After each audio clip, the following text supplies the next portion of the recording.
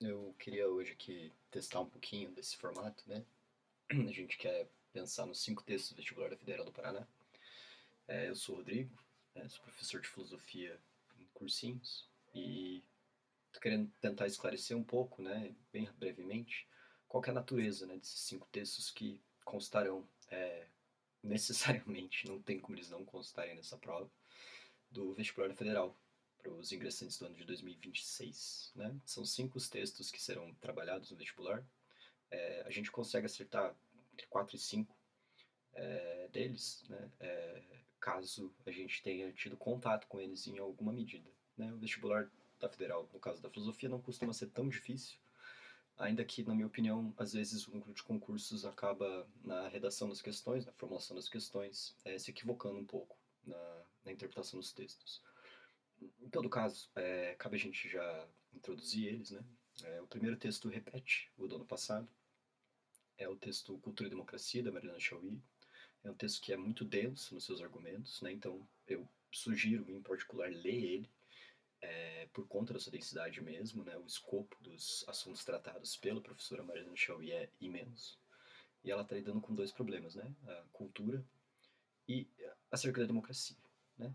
Ambos os conceitos que ela trata, de cultura e democracia, é interessante notar que, por conta dela ser uma herdeira, uma legatária e uma crítica da tradição dialética e da tradição da teoria crítica, ela vai mostrar ao longo do seu texto o quanto que esses conceitos eles são traídos no momento da sua realização histórica. Se for pegar o conceito de cultura, né, a autora vai mencionar logo no início do texto que cultura, na sua acepção original, significava uma ação. E já aí a gente já vai estranhar. Cultura ser ativa já é uma coisa curiosa para quem vive no terceiro milênio. Mas, para a gente continuar no argumento dela, cultura é entendida como uma ação que leva à plena realização de algo, uma coisa, ou de alguém.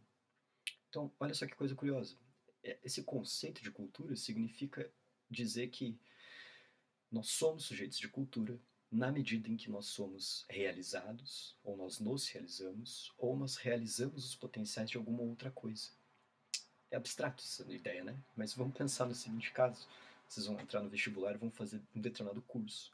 Esse curso, para essa concepção de cultura, seria algum tipo de atividade que realiza a potência do seu conteúdo. Né? Vamos pensar no exemplo do direito, talvez. Para quem for lidar com direito nacional, por exemplo, vocês vão estar tentando realizar plenamente a Constituição Federal Brasileira, que ela não é realizada ainda plenamente, mas o exercício do direito seria a realização da Constituição Federal. Um dos casos do seu exercício, né? Ou seja, realizar a potência de uma coisa, né? Mas e de alguém, né?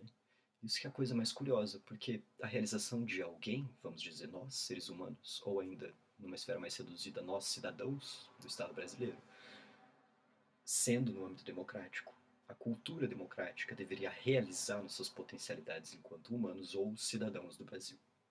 Como eu já declarei, a Chauí é de uma tradição dialética e crítica, e o que ela vai mostrar é que o Brasil fracassa de forma no seu o Brasil é um fracasso de braço esplêndido na realização das potencialidades humanas dos seus cidadãos, ou da humanidade nele contida. Né? O argumento da Chauí no texto vai se desdobrar nisso, né? Que a democracia atualmente existente, o estado de coisas do Estado brasileiro em particular, que é o argumento dela, fracassa na realização cultural da sua intenção democrática. Ele não realiza plenamente a democracia e sequer os cidadãos nela envolvidos. Tá? Esse seria o primeiro texto de forma bem ampla, assim, para a gente ter um pouquinho já de um contato com o argumento textual. Tá? O segundo texto que a gente pode tratar, e aqui a gente faz um recuo cronológico, é o texto do Platão. É um diálogo em que a figura do Sócrates aparece, como em todos os diálogos, à exceção de um ou outro ali do Platão, né? O Sócrates ele está confrontando um sofista, tá? Esse sofista tem um nome, o nome dele é Trasímaco. O Trasímaco tem uma tese acerca da justiça. Então, se eu puder dizer para vocês a natureza do texto do Platão é sobre o conceito de justiça, ou para ser mais específico ainda no platonismo, é sobre a ideia de justiça. Não é só o Trasímaco que aparece nesse livro, são outros dois personagens que a minha concepção é que a prova não vai lidar com eles, pelo menos não no seu enunciado, mas esses outros personagens podem aparecer nas alternativas para despistar alunos que tenham lido esse texto, mas não tenham entendido muito bem ao certo o argumento no texto. Esses outros dois personagens levantam outros argumentos acerca da justiça. Esses outros argumentos serão confrontados por Sócrates igualmente, certo? Sócrates é essa personagem que se envolve em diálogos. Ele deseja que os seus interlocutores coloquem teses e as defendam para que o Sócrates procure contra-argumentar e, inclusive, entender no detalhe o que está implícito nessas teses e se essas teses que estão sendo levantadas, elas não têm contradições no seu interior. Vou dar um exemplo. Uma das teses iniciais colocadas não pelo Trasímaco, mas por outra personagem, é de que a justiça é falar a verdade e retribuir aquilo que lhe é devido. Ou seja, se alguém me empresta algo, é justo que eu devolva-o, certo? Você vai emprestar um livro na biblioteca, é justo que você devolva esse livro. Esse exemplo até vai, né? A devolução de um livro na biblioteca é justa, certo? Mas o Sócrates vai notar que existem casos em que a devolução não vai ser justa. O Sócrates vai levantar o caso em que alguma pessoa que perdeu a sua sanidade mental havia emprestado uma adaga, um punhal, para seu amigo. Sócrates vai se perguntar: é justo que esse amigo devolva esse punhal para uma pessoa que perdeu a sanidade mental, corre o risco de assassinar seus colegas ou inclusive atentar contra a sua própria vida? É claro que não. Aqui a gente não tem mais justiça na devolução. O movimento do Sócrates de mostrar a contradição no interior dos argumentos do seu adversário é central para que a gente entenda esse texto e faça uma boa prova. O Sócrates busca não levantar uma tese oposta aos seus adversários, ou seja, enquanto um defende que a justiça é falar a verdade e retribuir as coisas, o Sócrates defende que a justiça é a harmonia das partes e dos todos, e aí a gente entra numa relação em que eu defendo a minha tese, você defende sua tese, e vamos ver quem se sai melhor.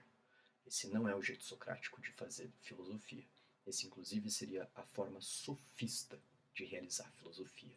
Sofista é esse que recebe no texto do vestibular o nome específico de Trasímaco. A tese do Trasímaco é de que a justiça é o interesse do mais forte.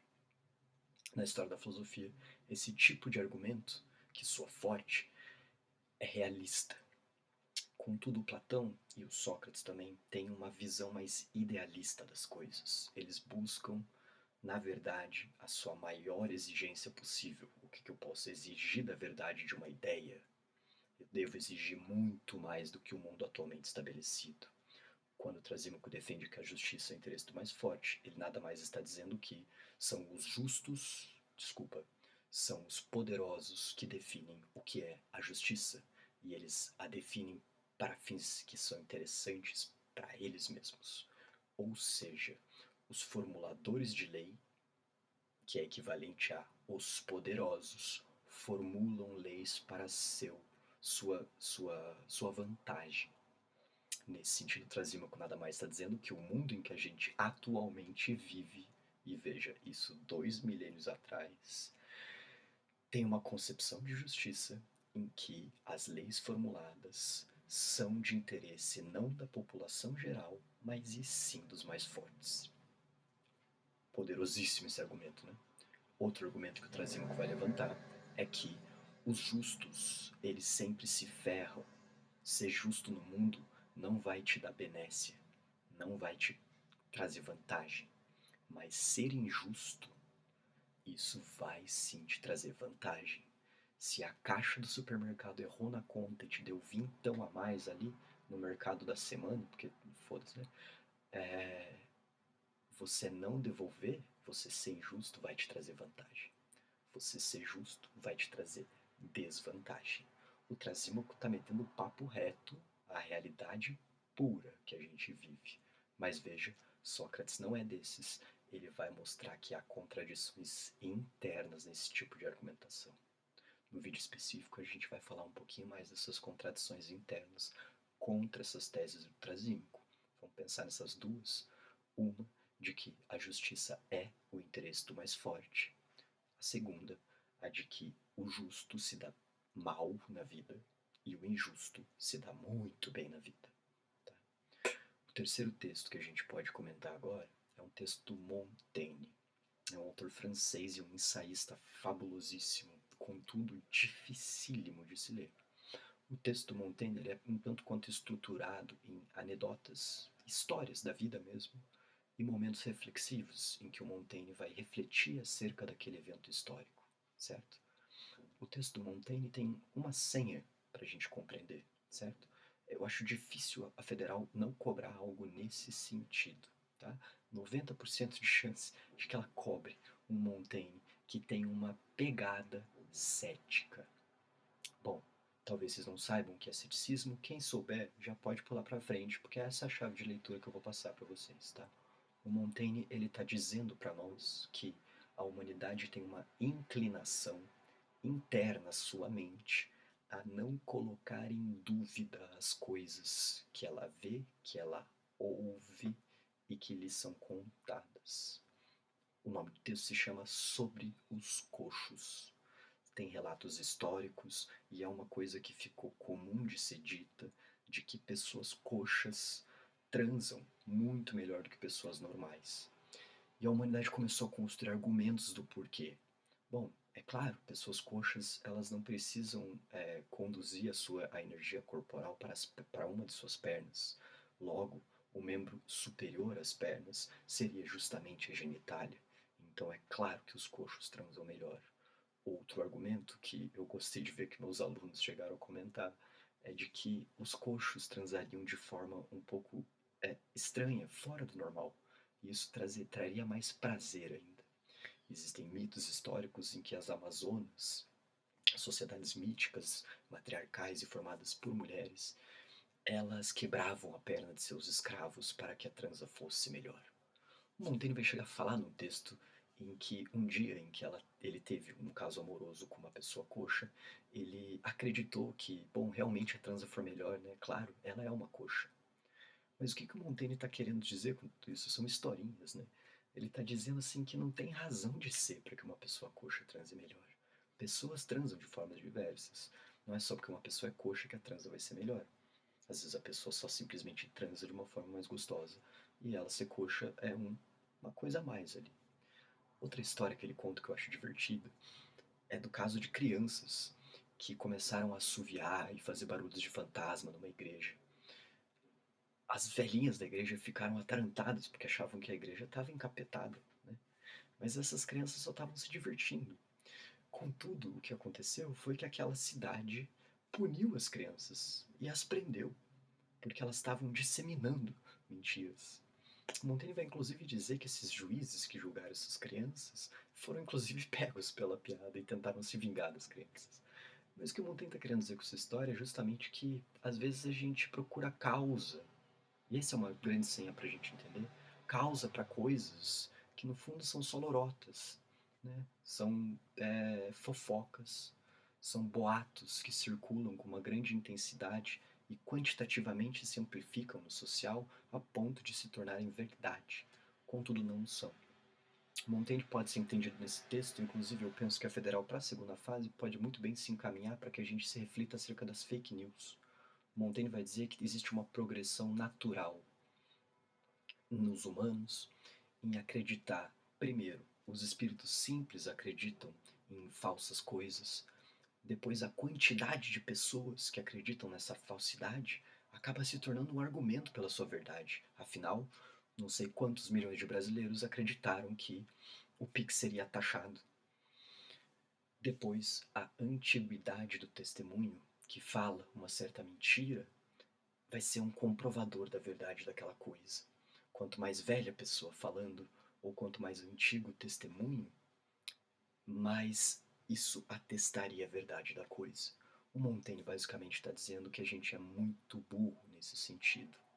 Burro, mas numa delicadeza sutil dele. Eu acho que não é à toa que o ensaio se chama Sobre os Coxos, mesmo que ele trate, no seu episódio final, de coxos com debilidade física. O que o Montaigne está dizendo é que a humanidade inteira é feita de coxos nas suas inclinações mentais. Nós temos debilidades cognitivas e isso é inato à natureza humana. Nos restaria, segundo Montaigne, pensar numa certa pedagogia em que ela já não exerça uma forma dogmática de compreender, em que eu entendo que plantas fazem fotossíntese e que ornitorrincos são mamíferos, sem sequer saber o que isso significa. Ele diria que a pedagogia ela deve se fundamentar antes na pergunta do será? Não tenho certeza. Talvez seja assim, né? Mas talvez também não seja. Ao invés de a gente reafirmar verdades enunciadas, seja pelo coletivo de que a gente faz parte, ou seja pelos antigos que a testemunham como verídica.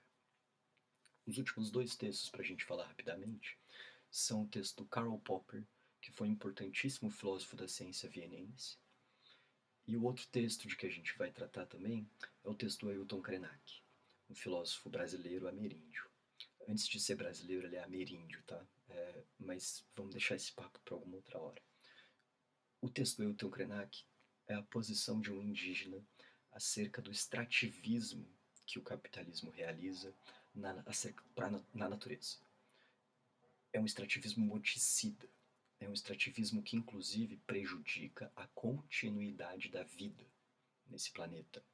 Aniquilar a Terra para fins comerciais significa aniquilar a possibilidade da existência não só dos seres humanos, como de toda a vida possível nesse planeta. A Terra, para o Ailton Krenak, é uma força viva, por mais que a modernidade a tenha entendido como uma simples rocha rodando no espaço. É a Terra que produz a vida e nós somos parte dela. O que o Krenak vai mostrar no seu texto é que a história da modernização, que coincide com a história do capitalismo, fez uma coisa muito bem: produzir seres humanos que se entendem separados da natureza. É sobre a separação da assim chamada humanidade, da natureza do seu corpo, da natureza das espécies que permitem que seu corpo viva, do todo que a Terra constitui. Nós somos a Terra, nós somos efeito da Terra, a nossa continuidade depende dela. Contudo, o que o modo de organização que foi produzido por essa mesma humanidade quer e tem como seu fim interno é a destruição das condições de continuidade da vida no planeta. O Krenak vai estar, portanto, criticando essa máquina de devorar pessoas, esse moinho de matar gente, essa destruição cósmica e planetária da vida. Ele vai se perguntar por que as pessoas querem tanto dinheiro e por que essas máquinas continuam a destruir o solo onde seus donos pisam. O outro texto que eu falei é do Karl Popper e eu julgo ele muito simples de ser resolvido na Federal do Paraná.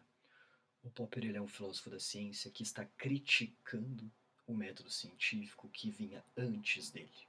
Esse método entendia que a indução, o método indutivo na ciência, conseguiria produzir leis universais. O que significa método indutivo?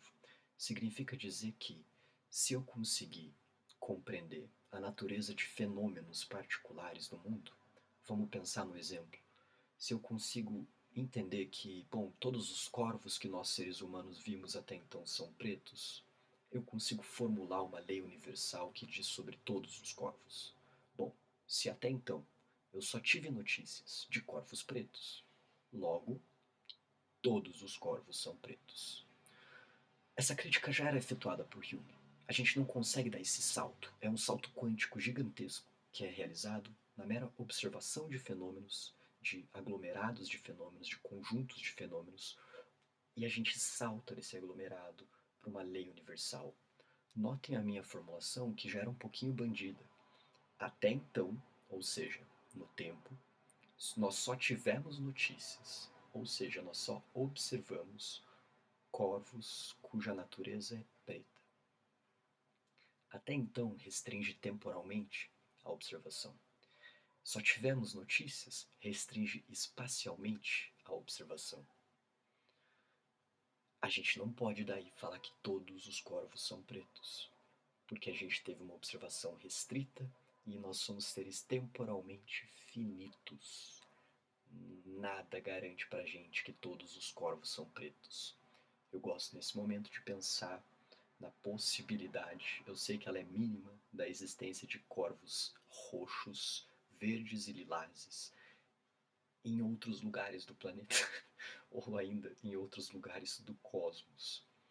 Se a taxonomia ou se os biólogos conseguissem entender que aquele ser de outro planeta também é um corvo, onde que fica a nossa indução de que, por termos visto os corvos pretos até então neste planeta, podemos afirmar que todos os corvos, seja lá onde estiverem e em qual tempo histórico apareçam, são pretos.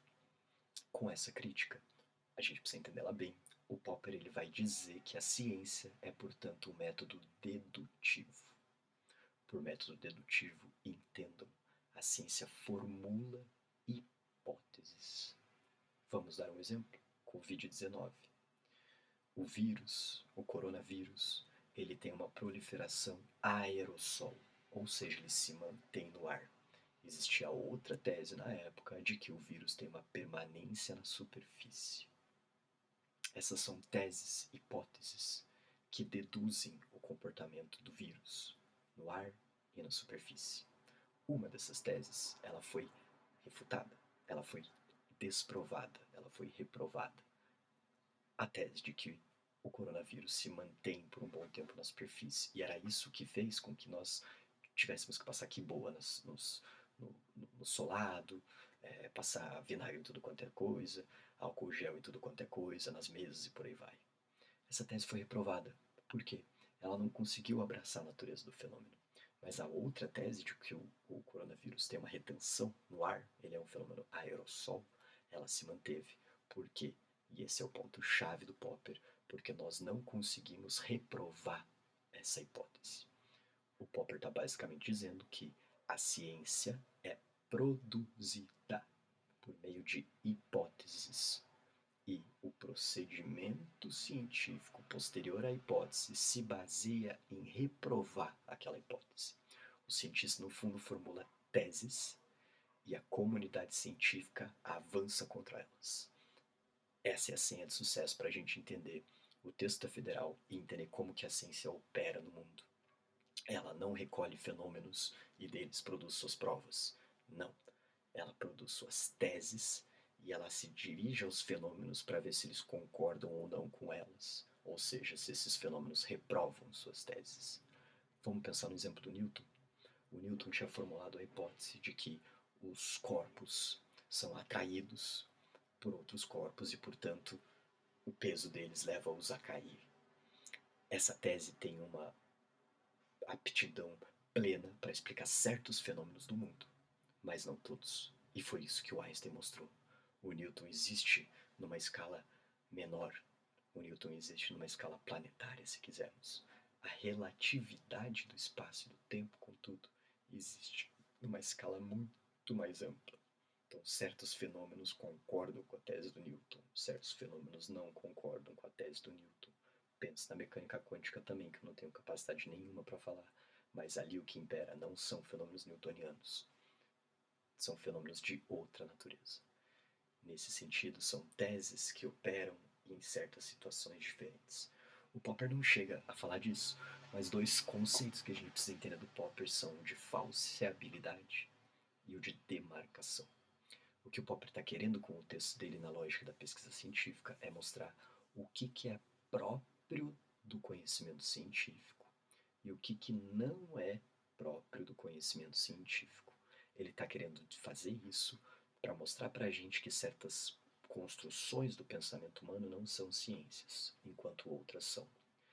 O argumento dele é o seguinte: construções de pensamento que são científicas operam segundo a lógica da falseabilidade. São hipóteses que podem ser falseadas, podem ser desprovadas. Nesse sentido, o Popper vai dizer, não nesse texto, mas em outros, psicanálise não é ciência, astrologia não é ciência, marxismo não é ciência. A gente não vai se preocupar com isso. Mas sobre a demarcação científica é isso. O Popper está querendo dizer, esse é o território do pensamento humano em que a ciência pode ocorrer. Quando os fenômenos que estão tentados ser explicados pelo pensamento podem reprovar aquele pensamento humano. Esse outro território, que seria o território não científico, ou que ele vai dizer pseudociência, eu acho esse termo terrível, o Popper vai dizer, aqui não tem ciência, aqui não é o método científico operando, aqui não é uma lógica de pesquisa científica. Por quê? Porque os fenômenos, por mais que desmintam as teses formuladas, esse pensamento ainda assim não se desmonta. Como seria o caso do marxismo, como seria o caso da astrologia e como seria o caso da psicanálise.